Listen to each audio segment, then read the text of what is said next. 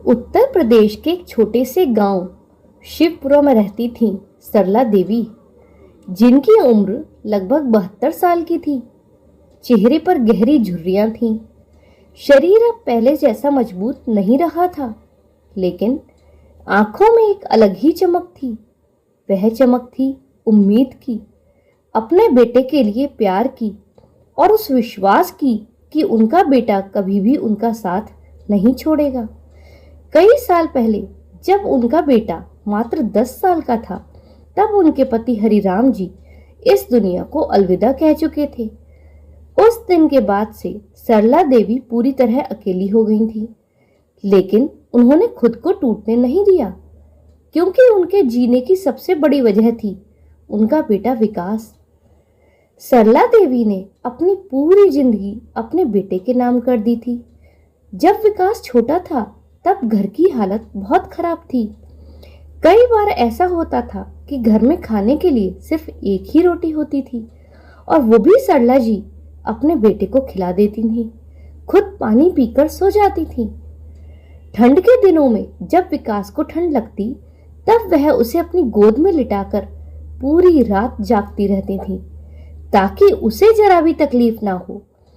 उन्होंने कभी भी अपने बारे में नहीं सोचा, बस हर वक्त यही सोचा कि उनका बेटा पढ़ लिख कर एक बड़ा आदमी बने, ताकि उसे वो जिंदगी मिले जो उन्हें कभी नहीं मिल पाई। वक्त बीतता गया और सरला देवी की मेहनत रंग लाई। विकास पढ़ाई में बहुत तेज था, उसने बहुत मेहनत की और आखिरकार एक दिन वह दिल्ली में एक बड़ा सरकारी अफसर बन गया। उस दिन पूरे गांव में खुशी का माहौल था। लोग सरला देवी को बधाई देने आते और कहते, देखो, ये है एक माँ की मेहनत का फल। ये सुनकर सरला देवी का सीना गर्व से भर जाता था। उनकी आंखों में आंसू होते थे, लेकिन वो आंसू दुख के नहीं, बल्कि खुशी और संतोष के होते थे। लेकिन दोस्तों, जिंदगी हमेशा वैसी ही नहीं रहती जैसा हम सोचते हैं। कभी कभी जिस रिश्ते पर हमें सबसे ज्यादा भरोसा होता है, वही हमें सबसे ज्यादा चोट पहुंचाता है। सरला देवी को अभी ये नहीं पता था कि जिस बेटे को उन्होंने अपनी जान से भी ज्यादा प्यार किया, उसी के घर में उन्हें एक दिन ऐसा दर्द मिलेगा जिसकी उन्होंने कभी कल्पना भी नहीं की थी। और यहीं से शुरू होती है इस कहानी की असली यात्रा। विकास अब वो छोटा सा मासूम बच्चा नहीं रहा था, जिसे कभी सरला देवी अपनी गोद में सुलाकर कहानियां सुनाया करती थी। अब वो एक जिम्मेदार, पढ़ा लिखा और बड़े ओहदे पर बैठा सरकारी अफसर बन चुका था। दिल्ली जैसे बड़े शहर में उसका नाम और सम्मान दोनों थे। ऑफिस में लोग उसकी इज्जत करते थे, उसके फैसलों की तारीफ करते थे, और समाज में उसकी एक अलग पहचान बन चुकी थी। सरला देवी जब भी गांव में किसी से ये सुनती कि तुम्हारा बेटा तो बहुत बड़ा अफसर बन गया है, तो उनका दिल गर्व से भर उठता था। उन्हें लगता था कि उनकी सारी मेहनत, उनके सारे त्याग आखिरकार सफल हो गए। कुछ समय बाद विकास की शादी नेहा से हो गई। नेहा एक पढ़ी लिखी, आधुनिक सोच वाली लड़की थी, जो शहर के माहौल में पली बड़ी थी। दिखने में वह बहुत सुंदर थी और बात करने में तेज तर्रार। शादी के बाद कुछ समय तक तो सब कुछ ठीक चलता रहा। धीरे धीरे उनके 2 बच्चे भी हो गए, बेटा कुश और बेटी रिया।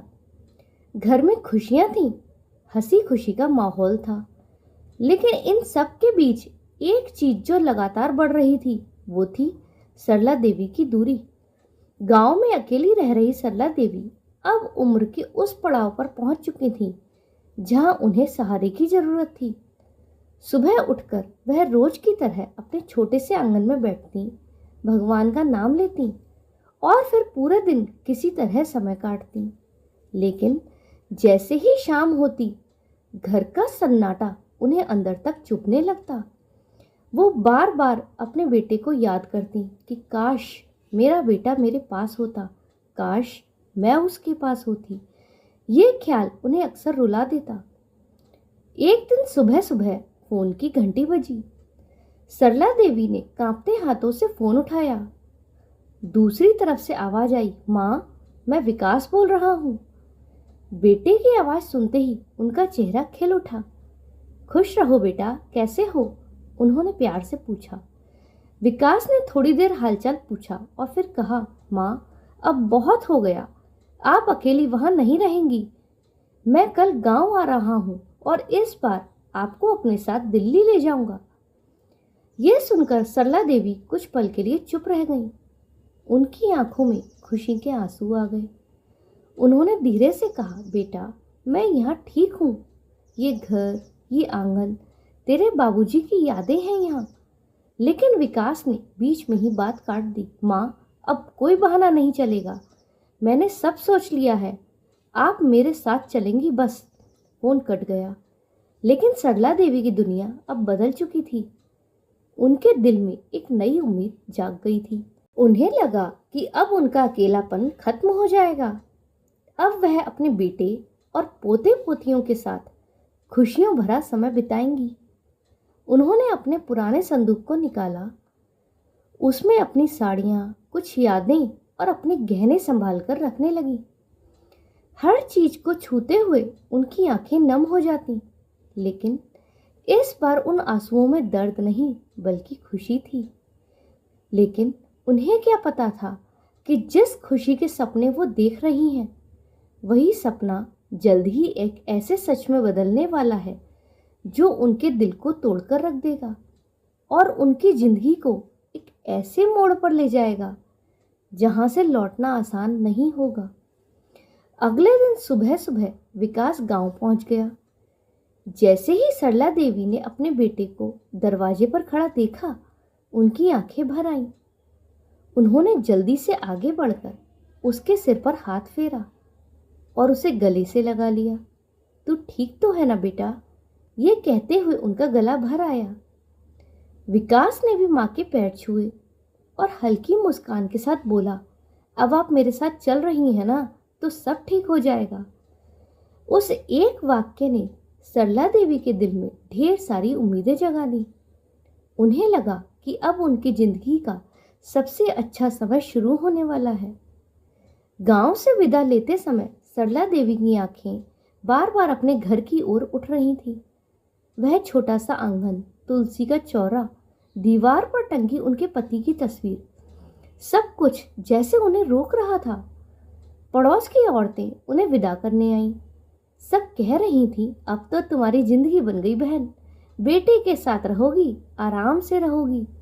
सरला देवी हल्की मुस्कान के साथ सबको जवाब देती, लेकिन अंदर ही अंदर कहीं एक हल्की सी घबराहट भी थी जिसे वह खुद भी समझ नहीं पा रही थी।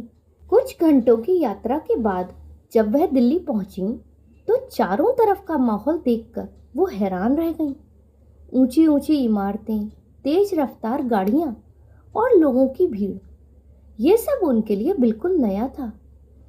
विकास उन्हें अपने बड़े से घर में लेकर गया।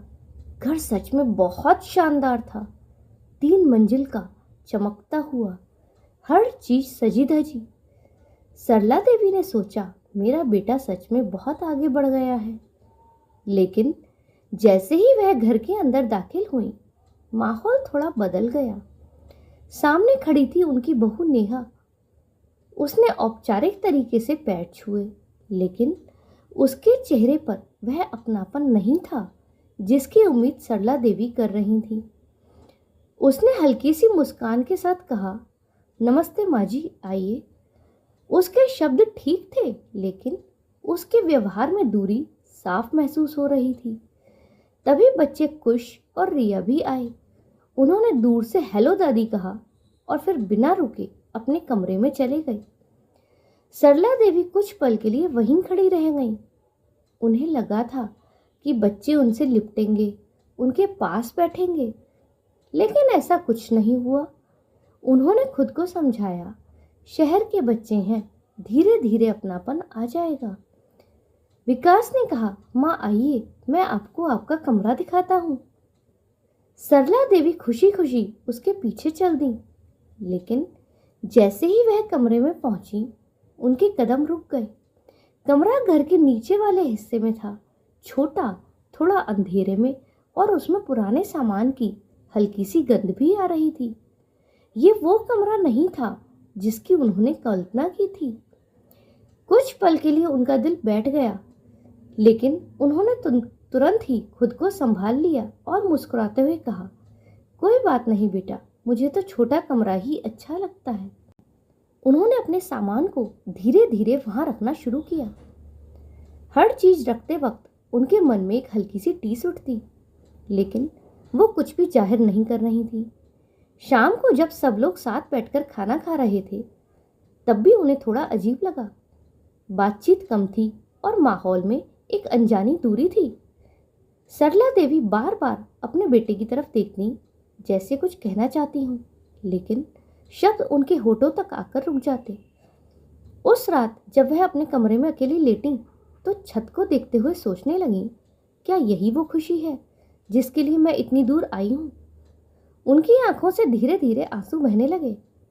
फिर उन्होंने खुद को समझाया, अरे नहीं नहीं, सब ठीक हो जाएगा, बस थोड़ा समय लगेगा। लेकिन उन्हें क्या पता था कि ये सिर्फ शुरुआत थी। आगे जो होने वाला था वो उनकी उम्मीदों को धीरे धीरे तोड़ने वाला था। दिल्ली आए सरला देवी को कुछ ही दिन हुए थे, लेकिन अब धीरे धीरे उन्हें इस घर की असलियत समझ में आने लगी थी। जिस अपनापन और प्यार की उम्मीद लेकर वो गांव से आई थी, वो यहाँ कहीं दिखाई नहीं दे रही थी। शुरुआत में उन्होंने सोचा था कि शायद नया माहौल है, समय लगेगा, लेकिन हर गुजरते दिन के साथ उनका ये भरोसा कमजोर पड़ता जा रहा था। पहली चुभन उन्हें तब महसूस हुई जब एक दिन खाने के समय नेहा ने नौकरानी से कहा, माँ जी के लिए अलग प्लेट लगा देना, इन्हें हल्का खाना ही देना। ये सुनकर सरला देवी चुप रह गईं। उन्होंने धीरे से पूछा, बेटा अलग प्लेट क्यों? नेहा ने मुस्कुराते हुए कहा, अरे माँ जी, आपकी सेहत के लिए अच्छा है, बुजुर्गों को कम और सादा खाना ही ठीक रहता है। बात सामान्य लग रही थी, लेकिन उसके पीछे छिपा अलगाव साफ दिखाई दे रहा था। सरला देवी ने कुछ नहीं कहा, बस चुपचाप खाना खा लिया। लेकिन उस दिन के बाद से हर बार उन्हें अलग ही परोसा जाने लगा। अगले दिन सुबह सरला देवी हमेशा की तरह जल्दी उठ गईं। उन्होंने सोचा कि बहू के लिए चाय बना दें, जिससे उसे अच्छा लगे। वह धीरे धीरे रसोई में गईं और बर्तन ढूंढने लगीं। तभी पीछे से तेज आवाज आई, माँ जी, आप यहाँ क्या कर रही हैं? नेहा दरवाजे पर खड़ी थी। चेहरे पर गुस्सा साफ दिखाई दे रहा था। मेरी रसोई में बिना पूछे क्यों आई आप? यहाँ हर चीज अपनी जगह पर रहती है, आप सब गड़बड़ कर देंगी। सरला देवी घबरा गईं। उन्होंने धीमी आवाज में कहा, बेटी मैं तो बस चाय बनाने आई थी। लेकिन नेहा ने उनकी बात काट दी, शांति बना देगी, आपको आराम करना चाहिए, आप जाइए अपने कमरे में। उस लहजे में सम्मान नहीं, आदेश था। सरला देवी चुपचाप वहां से लौट आईं।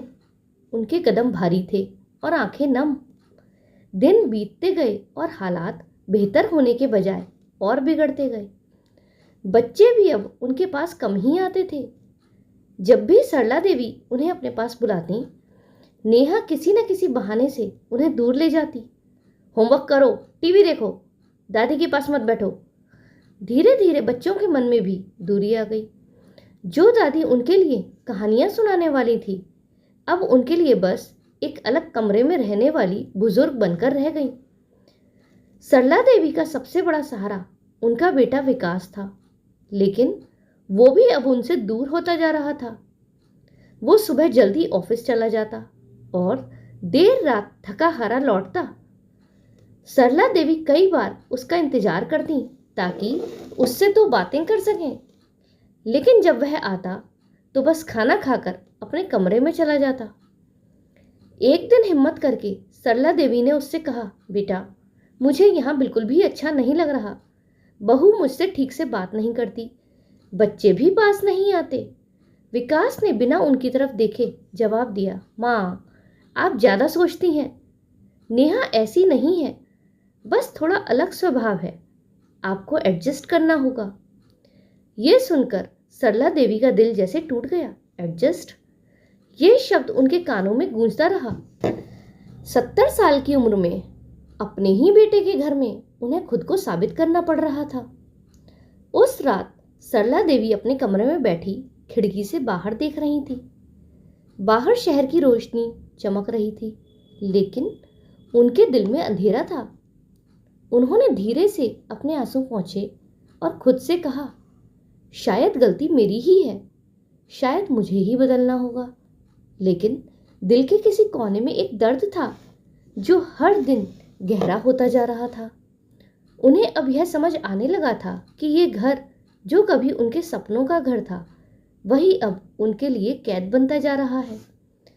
घर के उस ठंडे और दूर दूर से भरे माहौल में अगर कोई एक इंसान था जिसने सरला देवी को समझा, उनकी तकलीफ को महसूस किया और उन्हें अपनापन दिया, तो वो थी घर में काम करने वाली महिला शांति।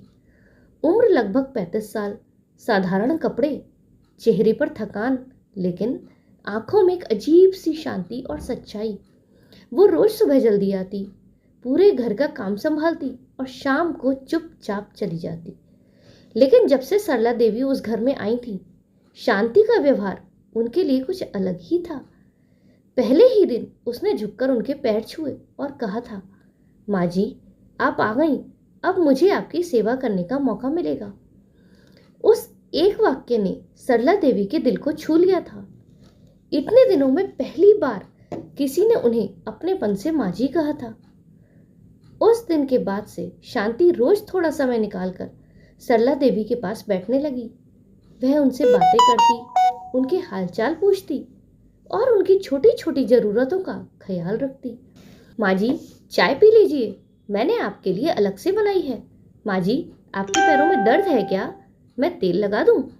माँ जी, आज मेरा बेटा स्कूल में। ऐसी छोटी छोटी बातें सरला देवी के सूने दिल में फिर से हल्की सी खुशी भरने लगी। उन्हें लगता था जैसे भगवान ने उनके लिए इस अनजान शहर में एक अपना भेज दिया हो। कई बार वो मन ही मन सोचती, काश मेरी बहू भी ऐसी होती। एक दिन शांति बहुत उदास नजर आई। उसका चेहरा उतरा हुआ था, आंखों में आंसू थे। सरला देवी ने तुरंत पूछ लिया, क्या हुआ बेटा, आज तू इतनी चुप क्यों है? शांति पहले चुप रही, लेकिन फिर उसकी आंखों से आंसू बहने लगे। उसने कांपती आवाज में कहा, माँ जी, मेरे बेटे के स्कूल की फीस भरनी है, 5,000 रुपये चाहिए। नहीं भर पाई तो इसे स्कूल से निकाल देंगे। मैडम ने अभी तनख्वाह भी नहीं दी है। ये सुनकर सरला देवी का दिल पिघल गया।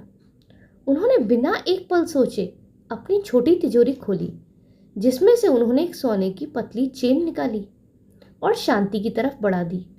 ये ले बेटी, इसे गिरवी रख दे, अपने बेटे की फीस भर दे। शांति घबरा गई। नहीं नहीं माँ जी, ये मैं नहीं ले सकती, ये आपका गहना है।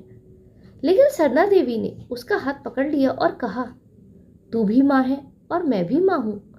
माँ अपने बच्चे के लिए कुछ भी कर सकती है, ले ले ले इसे। शांति फूट फूट कर रो पड़ी। उसने चेन ले ली और बोली, माँ जी, मैं आपसे वादा करती हूँ, जैसे ही पैसे मिलेंगे मैं इसे वापस ले आऊंगी। उस दिन सरला देवी के दिल को एक अजीब सा सुकून मिला। उन्हें लगा कि भले ही उनका अपना घर उन्हें अपनापन ना दे पाया, लेकिन उन्होंने किसी और के जीवन में एक उम्मीद जगा दी। लेकिन उन्हें यह नहीं पता था कि उनका ये छोटा सा नेक काम किसी और की नज़र में एक मौका बन चुका था। एक ऐसा मौका जिससे एक खतरनाक साजिश की शुरुआत होने वाली थी। दरअसल उस पूरे दृश्य को किसी ने चुपचाप देख लिया था और वो थी नेहा। वह दरवाजे के पीछे खड़ी सब कुछ देख रही थी। उसके चेहरे पर एक हल्की सी मुस्कान, लेकिन वो मुस्कान खुशी की नहीं बल्कि एक चालाकी भरी सोच की थी। उसके दिमाग में कुछ चल रहा था, कुछ ऐसा जो आने वाले दिनों में सरला देवी की जिंदगी पूरी तरह बदलने वाला था। जिस दिन सरला देवी ने शांति की मदद के लिए अपनी सोने की चेन दी थी, उस दिन उन्हें लगा था कि उन्होंने एक माँ का फर्ज निभाया, लेकिन उन्हें यह बिल्कुल भी अंदाजा नहीं था कि वही पल किसी और के लिए एक खतरनाक योजना की नींव बन चुका है। दरअसल उस पूरे दृश्य को नेहा ने चुपचाप देख लिया था। वह दरवाजे के पीछे खड़ी सब कुछ सुन रही थी। शांति की मजबूरी, सरला देवी की ममता और उनका वो गहने देना। उस वक्त नेहा ने कुछ नहीं कहा, लेकिन उसके चेहरे पर एक अजीब सी मुस्कान थी, जैसे उसके दिमाग में कोई चाल चल रही हो। उस रात नेहा काफी देर तक सो नहीं पाई। वो अपने कमरे में बैठी कुछ सोचती रही। उसके मन में पहले से ही सरला देवी के लिए एक दूरी और चिढ़ थी, लेकिन अब उसे एक मौका मिल गया था, ऐसा मौका जिससे वह इस समस्या को हमेशा के लिए खत्म कर सकती थी। उसने धीरे धीरे अपने दिमाग में एक प्लान बनाना शुरू किया, ऐसा प्लान जिसमें न सिर्फ सरला देवी फंसे बल्कि शांति भी इस घर से बाहर हो जाए। अगले दिन सुबह नेहा का व्यवहार अचानक बदल गया। वो सरला देवी के कमरे में आई और बहुत प्यार से बोली, माँ जी, आपके लिए नाश्ता आज मैं बनाऊंगी, आपको क्या पसंद है बताइए। सरला देवी हैरान रह गईं। इतने दिनों में पहली बार बहू ने उनसे इस तरह से प्यार से बात की थी। उनके चेहरे पर हल्की मुस्कान आ गई। उन्होंने सोचा शायद अब सब ठीक हो रहा है। उन्होंने कहा, बेटी, मुझे तो कुछ भी चल जाएगा। उस दिन नेहा ने सच में बहुत अच्छा खाना बनाया, खुद अपने हाथों से। फिर सरला देवी को खिलाया, बच्चों को भी उनके पास बिठाया। सरला देवी की आंखों में खुशी के आंसू आ गए। उन्होंने मन ही मन भगवान को शुक्रिया अदा किया। हे प्रभु, मेरी बहू को समझ आ गई। लेकिन उन्हें क्या पता था कि ये सब सिर्फ नाटक था, तूफान से पहले की शांति। कुछ दिनों तक यही सिलसिला चलता रहा। नेहा का व्यवहार बिल्कुल बदल गया था। वो मीठी बातें करती, सरला देवी का ख्याल रखती और धीरे धीरे उनका पूरा भरोसा जीतने लगी। सरला देवी अब पहले की तरह दुखी नहीं रहती थी। उन्हें लगने लगा था कि उनका घर फिर से बस रहा है, लेकिन असल में वह धीरे धीरे एक जाल में फंसती जा रही थी। एक दिन विकास ऑफिस से बहुत खुश होकर घर आया। उसके हाथ में एक बैग था। उसने नेहा को देखते हुए कहा, इसमें 2 लाख रुपए हैं। कल हमें एक जमीन की डील करने जाना है, इसे संभाल कर रखना। नेहा ने बैग लिया और मुस्कुराकर कहा, आप चिंता मत करो, मैं सब संभाल लूंगी। उसने बैग अपनी अलमारी में रख दिया, लेकिन जानबूझकर अलमारी को लॉक नहीं किया। सुबह नेहा जल्दी उठी। उसने सारे पैसे एक बैग में रखे और फिर अपने बेटे कुश के कमरे में गई। उसने उसे धीरे से जगाया और बोली, कुश, चलो एक गेम खेलेंगे। कुश की आंखों में चमक आ गई। कौन सा गेम मम्मी? नेहा ने बैग उसकी तरफ बढ़ाया और कहा, तुम्हें ये बैग चुपके से दादी के कमरे में जाकर उनके संदूक में रखना है। किसी को भी पता नहीं चलना चाहिए।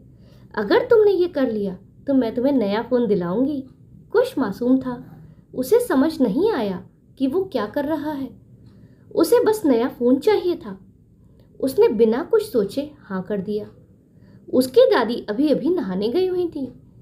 कुश ने धीरे से उनका संदूक खोला, बैग अंदर रखा और वापस अपने कमरे में चला गया। नेहा दरवाजे के पीछे खड़ी ये सब देख रही थी। उसके चेहरे पर एक ठंडी मुस्कान थी। उसने अपना प्लान पूरा कर लिया था। अब बस इंतजार था उस पल का जब एक ऐसा तूफान उठेगा जो सरला देवी की जिंदगी पूरी तरह हिलाकर रख देगा। लेकिन एक शख्स ऐसा था जिसने कुश को बैग ले जाते हुए देखा था, और वह थी घर की नौकरानी शांति। अभी घर का माहौल बिल्कुल सामान्य था। सरला देवी रोज की तरह जल्दी नहाकर और फिर पूजा करके अपने कमरे में ही चुपचाप बैठ गईं। उन्हें क्या पता था कि कुछ ही देर में उनकी जिंदगी का सबसे बड़ा तूफान आने वाला है। उधर नेहा भी सुबह से ही अपने प्लान के अगले कदम के लिए तैयार थी। उसके चेहरे पर घबराहट नहीं बल्कि एक अजीब सा आत्मविश्वास था, जैसे उसे पूरा यकीन हो कि अब जो होने वाला है उसमें कोई गलती नहीं होगी। करीब 10 बजे अचानक घर में तेज आवाज गूंजी, विकास, विकास जल्दी। नेहा जोर जोर से चिल्ला रही थी। विकास अपने कमरे से दौड़कर बाहर आया। क्या हुआ? नेहा ने घबराई हुई एक्टिंग करते हुए कहा, अलमारी खुली पड़ी है और जो 2 लाख रुपए तुमने रखे थे वो गायब है। ये सुनते ही विकास के होश उड़ गए। उसने तुरंत अलमारी चेक की। सच में पैसे वहां नहीं थे। उसके चेहरे पर चिंता साफ दिखाई दे रही थी। तुमने ठीक से रखा था ना? उसने पूछा। नेहा ने तुरंत जवाब दिया, हाँ, मैंने यहीं रखा था। मुझे नहीं पता कैसे गायब हो गए। इतने में सरला देवी और शांति भी वहां आ गई। दोनों हैरान थीं कि आखिर हुआ क्या है। नेहा ने धीरे धीरे अपनी बात को मोड़ना शुरू किया। घर में बाहर से तो कोई आया नहीं और हम सब तो यहीं थे। उसने नजरें घुमाई और फिर इशारा किया, बस माँ जी और शांति ही थी। सरला देवी ये सुनकर सन रह गई। बहू, तू क्या कह रही है? मैं चोरी करूंगी अपने बेटे के घर में? उनकी आवाज कांप रही थी।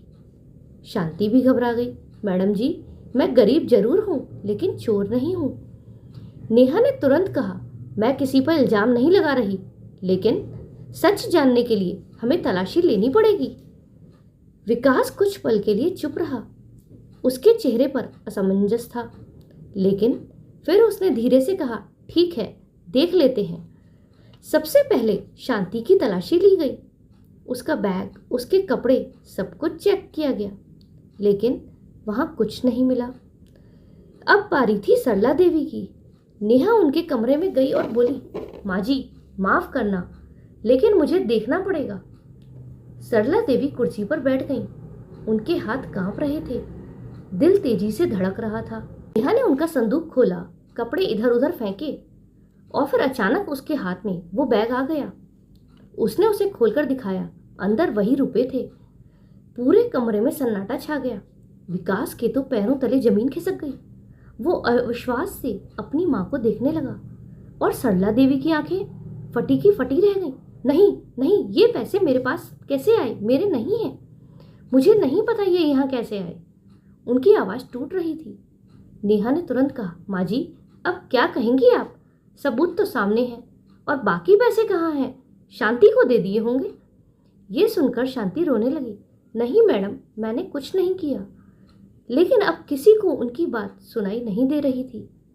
विकास के चेहरे पर दर्द था, लेकिन उसकी आंखों में विश्वास की जगह अब शक आ चुका था। उसने धीमी आवाज में कहा, माँ, मैंने कभी सोचा भी नहीं था।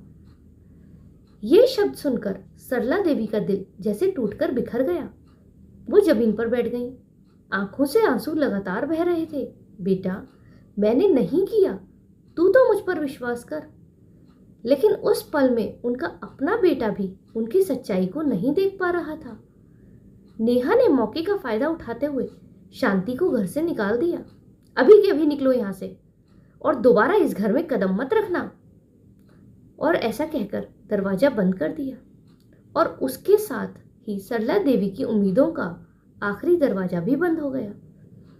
उस दिन घर में सन्नाटा था, लेकिन उस सन्नाटे के पीछे एक झूठ था, एक साजिश थी और एक माँ का टूटा हुआ दिल था, जो अब धीरे धीरे अपने सबसे बड़े दर्द की ओर बढ़ रहा था। उस दिन के बाद घर का माहौल पूरी तरह बदल गया था। पहले जहां सरला देवी को अनदेखा किया जाता था, अब उन्हें शक की नजरों से देखा जाने लगा। उनके हर कदम, हर बात पर जैसे एक अदृश्य सवाल खड़ा हो गया था। वह बार बार अपने बेटे को समझाने की कोशिश करती, बेटा, मैंने सच में कुछ नहीं किया। लेकिन उनकी आवाज अब पहले जैसी मजबूत नहीं रही थी। उसमें दर्द था, बेबसी थी और सबसे ज्यादा था अपने ही बेटे से टूटते विश्वास का डर। विकास अंदर से बहुत परेशान था। एक तरफ उसकी माँ थी जिसने उसे बचपन से संभाला था, और दूसरी तरफ उसके सामने रखे हुए सबूत थे। वो समझ नहीं पा रहा था कि किस पर विश्वास करे। लेकिन नेहा ने धीरे धीरे उसके मन में शक का बीज और गहरा कर दिया। वो बार बार कहती, विकास, मैं मानती हूं कि ये बात मानना मुश्किल है, लेकिन जो दिख रहा है वही सच है। और अगर ये बात बाहर गई तो तुम्हारी नौकरी, तुम्हारी इज्जत सब दांव पर लग जाएगी। यही बात विकास के दिल में घर कर गई। उसका डर, उसका कैरियर, उसका समाज में नाम, सब कुछ उसे अपनी माँ की सच्चाई से ज्यादा भारी लगने लगा। उस रात वह बहुत देर तक जागता रहा। उसने कई बार सोचा कि माँ से फिर से बात करे, लेकिन हर बार उसके दिमाग में वही बैग, वही पैसे और नेहा की बातें घूमने लगती। अगली सुबह वह भारी मन से अपनी माँ के कमरे में गया। सरला देवी पूजा कर रही थी। उनके हाथ जुड़े हुए थे और आंखों से आंसू बह रहे थे। शायद वह भगवान से अपनी सच्चाई के लिए प्रार्थना कर रही थी। विकास कुछ पल के लिए दरवाजे पर खड़ा रहा, फिर धीमी आवाज में बोला, माँ। सरला देवी ने मुड़कर देखा। उनके चेहरे पर उम्मीद थी। आजा बेटा, बैठ। लेकिन विकास बैठा नहीं, वह खड़ा ही रहा, जैसे उसके पैरों में हिम्मत ही ना हो। उसने धीरे धीरे कहा, माँ, मुझे आपसे एक जरूरी बात करनी है। सरला देवी का दिल जोर से धड़कने लगा। उन्होंने घबराकर पूछा, क्या हुआ बेटा? विकास ने नजरें झुका ली। माँ, आपको कुछ दिनों के लिए एक जगह जाना होगा। एक वृद्धाश्रम है, वहां आपकी देखभाल अच्छे से होगी। ये सुनते ही सरला देवी जैसे पत्थर बन गई। कुछ पल के लिए उन्हें लगा कि शायद उन्होंने गलत सुना है। क्या कहा तूने? वृद्धाश्रम? उनकी आवाज कांप रही थी। विकास की आंखों में आंसू थे, लेकिन खुद को मजबूत दिखाने की कोशिश भी कर रहा था। माँ, बस कुछ दिनों के लिए, जब सब ठीक हो जाएगा तो मैं आपको वापस ले आऊंगा। सरला देवी धीरे धीरे खड़ी हुई।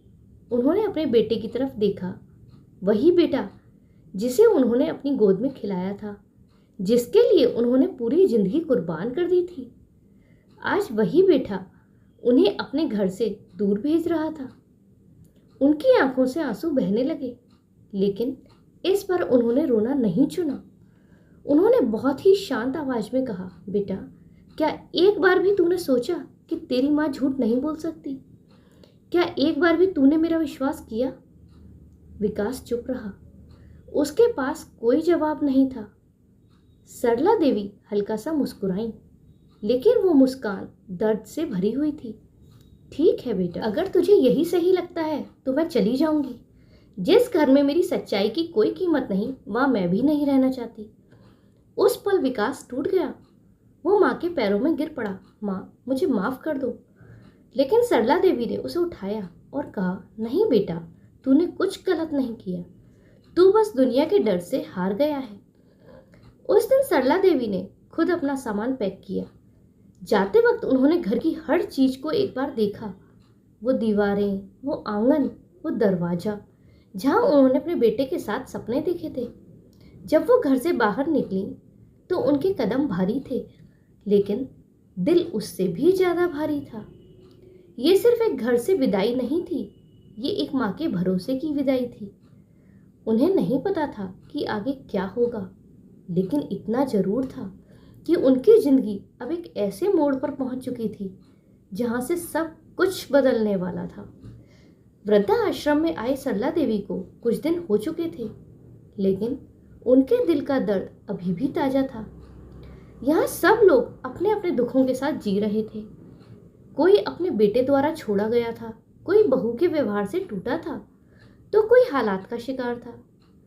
हर चेहरे के पीछे एक कहानी थी और हर कहानी में एक दर्द छिपा था। सरला देवी भी अब उन्हीं में से एक बन गई थी। दिन तो किसी तरह कट जाता, लेकिन रात होते ही उनकी आंखों से आंसू बहने लगते।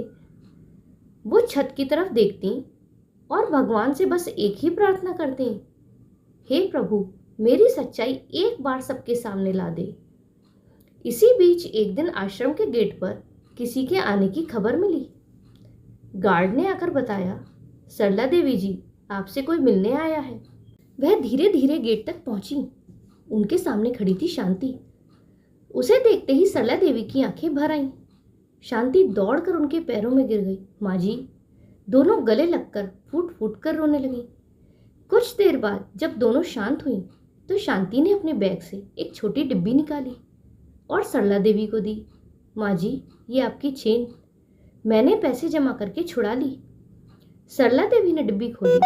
वही चेन देखकर उनकी आंखों से आंसू बह निकले। बेटी, तूने इतना सब किया?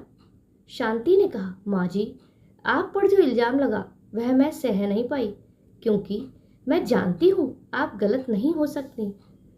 सरला देवी ने उसका हाथ पकड़ा। तू ही तो है जिसने मुझे यहाँ भी अपनापन दिया।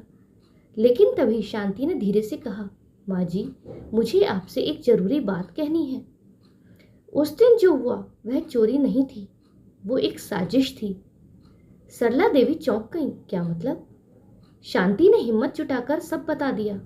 उस दिन मैंने अपनी आंखों से देखा था, कुश बाबू आपके कमरे में जा रहे थे। उनके हाथ में वही बैग था और मैडम ने उन्हें कहा था कि इसे आपके संदूक में रख दो। ये सुनकर सरला देवी के पैरों तले जमीन खिसक गई। कुछ पल के लिए वह कुछ बोल ही नहीं पाई। उनके दिमाग में सब कुछ घूमने लगा। नेहा का अचानक बदलता व्यवहार, उसका प्यार और फिर अचानक चोरी का आरोप। अब सब कुछ साफ हो चुका था। उनकी आंखों में आंसू थे, लेकिन इस बार उनमें दर्द के साथ साथ एक अलग ही चमक थी, सच जानने की चमक और न्याय पाने की इच्छा। उन्होंने धीरे से कहा, तो ये सब एक योजना थी? शांति ने सिर झुका लिया। हाँ माँ जी, लेकिन मैं उस वक्त कुछ नहीं बोल पाई। मैं नौकरानी थी, मेरी कौन सुनता। उस रात सरला देवी को बिल्कुल भी नींद नहीं आई। वह देर रात तक बैठकर सोचती रही। उनके दिल में अब सिर्फ दुख नहीं था, बल्कि एक ठान ली गई बात थी कि अब मैं चुप नहीं रहूंगी। अब मुझे अपनी सच्चाई सबके सामने लानी है। अगले दिन उन्होंने आश्रम के संचालक से कहा, मुझे एक वकील से मिलना है। कुछ ही समय में एक वकील उनसे मिलने आया। सरला देवी ने उसे पूरी कहानी सुनाई, हर बात, हर दर्द, हर सच। वकील ने ध्यान से सब सुना और कहा, माँ जी, आपके साथ बहुत बड़ा अन्याय हुआ है और अब समय है कि आपको न्याय मिले। कुछ दिनों बाद विकास और नेहा के घर एक कानूनी नोटिस पहुंचा।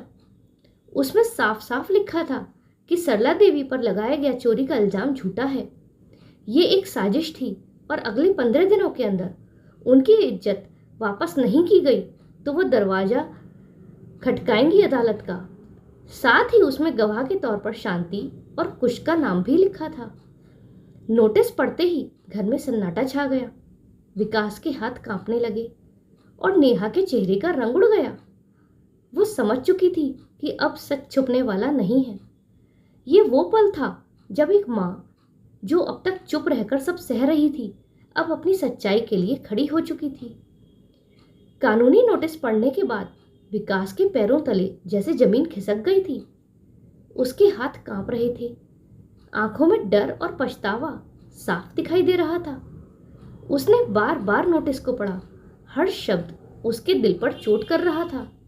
गवाह शांति और कुश, ये पढ़ते ही उसका दिल जोर जोर से धड़कने लगा। उसने नेहा की तरफ देखा।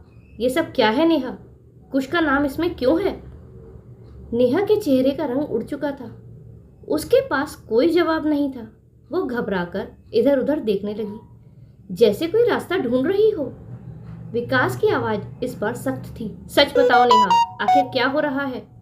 नेहा की आंखों में आंसू निकलने लगे, लेकिन वह अभी भी चुप थी। तभी कमरे के दरवाजे पर हल्की सी आहट हुई। छोटा सा कुश खड़ा था। उसकी आंखें लाल थीं, जैसे वह काफी देर से रो रहा हो। उसने कांपती आवाज में कहा, पापा, मुझे आपसे कुछ कहना है। विकास तुरंत उसके पास गया। क्या हुआ बेटा? कुश फूट फूट कर रो पड़ा। पापा, वो पैसे मैंने रखे थे दादी के संदूक में। यह सुनते ही विकास जैसे सुन्न हो गया। क्या? उसकी आवाज कांप गई। कुश ने रोते रोते पूरी बात बता दी। मम्मी ने कहा था कि ये एक गेम है, अगर मैं ऐसा करूंगा तो वो मुझे नया फोन दिलवाएंगी। मुझे नहीं पता था कि दादी को घर से निकाल दिया जाएगा। ये सुनकर विकास के अंदर जैसे सब कुछ टूट गया। उसकी आंखों में आंसू आ गए, लेकिन इस बार यह आंसू पछतावे के थे। उसने धीरे धीरे नेहा की तरफ देखा। उसकी नज़र में गुस्सा था, दर्द था और एक गहरी निराशा थी। तुमने ये सब किया। उसकी आवाज़ भारी हो गई। नेहा अब खुद को संभाल नहीं पाई। वह जमीन पर बैठ गई, हाथ जोड़कर रोने लगी। विकास, मुझसे गलती हो गई। मैं नहीं चाहती थी कि बात इतनी आगे बढ़े, लेकिन अब बहुत देर हो चुकी थी। विकास ने गुस्से में उसे झिड़क दिया। गलती? ये गलती नहीं, पाप है। तुमने मेरी माँ को चोर बना दिया। उसने तुरंत गाड़ी निकाली और बिना एक पल गंवाए वृद्धाश्रम की ओर निकल पड़ा। रास्ते भर उसके दिमाग में माँ के शब्द गूंज रहे थे। क्या एक बार भी तूने मुझ पर विश्वास किया? उसका दिल उसे बार बार कोस रहा था। वृद्धाश्रम पहुंचकर वह सीधे सरला देवी के कमरे में गया। सरला देवी खिड़की के पास बैठी थी, बाहर देख रही थी। जैसे ही उन्होंने विकास को देखा वो सब कुछ समझ गईं। विकास दौड़कर उनके पैरों में गिर पड़ा। माँ, मुझे माफ़ कर दो, मैं बहुत बड़ा अपराधी हूँ। वो फूट फूट कर रोने लगा। सरला देवी की आंखों में आंसू थे, लेकिन चेहरे पर शांति थी। उन्होंने उसे उठाया और गले लगा लिया। बस बेटा, रो मत। विकास ने कहा, माँ, मैं आपको वापस लेने आया हूँ, चलो घर चलते हैं। सरला देवी कुछ पल चुप रहीं, फिर बोली, मैं चलूँगी, लेकिन एक शर्त पर। क्या माँ? विकास ने तुरंत पूछा। शांति को घर में सम्मान मिलेगा और उसके बेटे की पढ़ाई का पूरा खर्च तुम उठाओगे। विकास ने बिना सोचे कहा, मैं वादा करता हूँ माँ। कुछ देर बाद नेहा भी वहां पहुंची। वह रोती हुई सरला देवी के पैरों में गिर गई। माँ जी, मुझे माफ़ कर दीजिए, मैं बहुत बड़ी गलती कर बैठी। सरला देवी ने उसे उठाया और शांत स्वर में कहा, बेटी, मैं तुझे माफ़ करती हूँ, लेकिन याद रखना, बुजुर्गों का अपमान कभी मत करना। ये पाप लौटकर जरूर आता है। समय बीतता गया, घर का माहौल बदल गया। नेहा सच में सुधर गई। बच्चों को अच्छे संस्कार मिलने लगे। शांति को घर में सम्मान मिला और उसका बेटा अच्छी पढ़ाई करने लगा। कुछ साल बाद एक शांत शाम सरला देवी अपने बेटे की गोद में सिर रखे हुए थी। उन्होंने धीरे से कहा, बेटा, माँ को कभी अकेला मत छोड़ना। और फिर उन्होंने आखिरी सांस ली। घर में सन्नाटा था, लेकिन इस बार वह सन्नाटा दर्द का नहीं, एक सीख का था। दोस्तों, माँ बाप हमारे जीवन की जड़ होते हैं। उनकी दुआएं हमें ऊंचाइयों तक ले जाती हैं और उनका दिल टूटे तो जिंदगी भी बिखर जाती है। अगर आपके घर में भी कोई बुजुर्ग है तो आज ही उन्हें गले लगाइए। तो दोस्तों, अगर आपको ये कहानी पसंद आई हो तो वीडियो को लाइक करें और चैनल पर नए हो तो चैनल को सब्सक्राइब करें। मिलते हैं अगली कहानी में, तब तक के लिए जय श्री राधे।